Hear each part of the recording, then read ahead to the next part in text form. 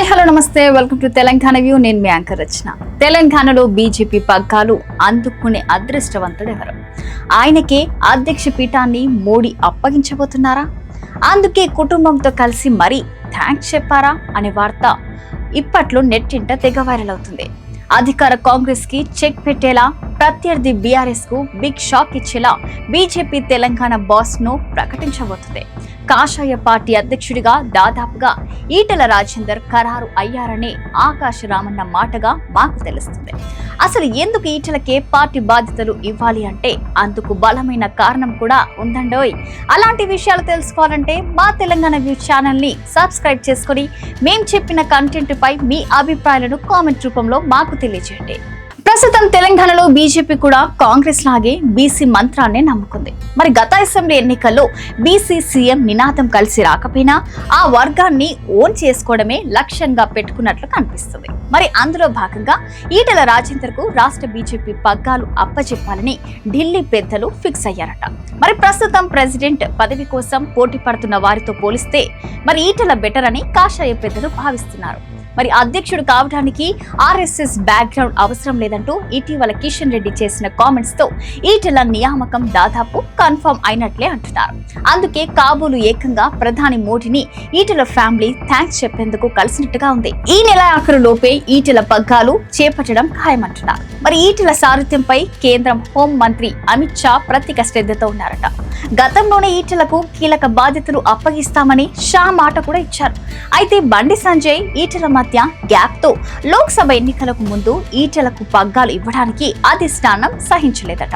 అందుకే మధ్య మార్గంలో కేంద్ర మంత్రి కిషన్ రెడ్డికి మళ్లీ రాష్ట్ర పగ్గాలు అప్పచెప్పిందంటారు. వాస్తవానికి రాష్ట్రంలో బీసీలలోనే కాకుండా జనాభా పరంగా అత్యధిక సంఖ్యలున్న ముదిరాజ్ కులానికి చెందిన ఈటెల రాజేందర్ కు రెడ్డి సామాజిక వర్గంతో కూడా సంబంధాలున్నాయి.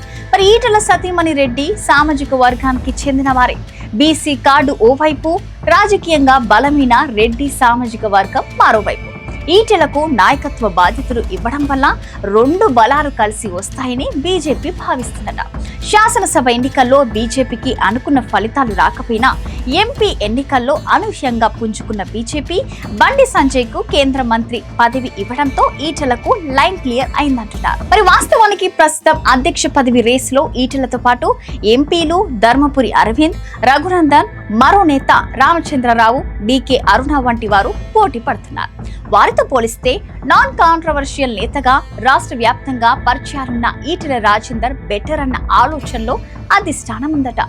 రాజా సింగ్ పేరు కూడా వినిపిస్తున్న సామాజిక, ఆర్థిక, రాజకీయ నేపథ్యంతో పాటు వ్యక్తిగతంగా చూసుకున్న ఈటెల రాజేందర్ వైపే ఢిల్లీ పెద్దలు మొగ్గు చూపుతున్నారట. 2021లో మాజీ సీఎం కేసీఆర్ ఈటెలపై కత్తి కట్టి అవమానకరమైన పరిస్థితుల్లో పార్టీ నుంచి బయటకు వెళ్లేలా చేశారు. అప్పుడున్న పరిస్థితుల్లో ఈటెల కేంద్రంలో బలంగా ఉన్న బీజేపీ వైపు మొగ్గు చూపాల్సి వచ్చింది. ఇక తెలంగాణ ఉద్యమకారుడిగా రాడికల్ భావజాలంతో రాజకీయాల్లో ఎదిగిన ఈటెల మాస్ లీడర్ గా మంచి పేరు తెచ్చుకున్నారు.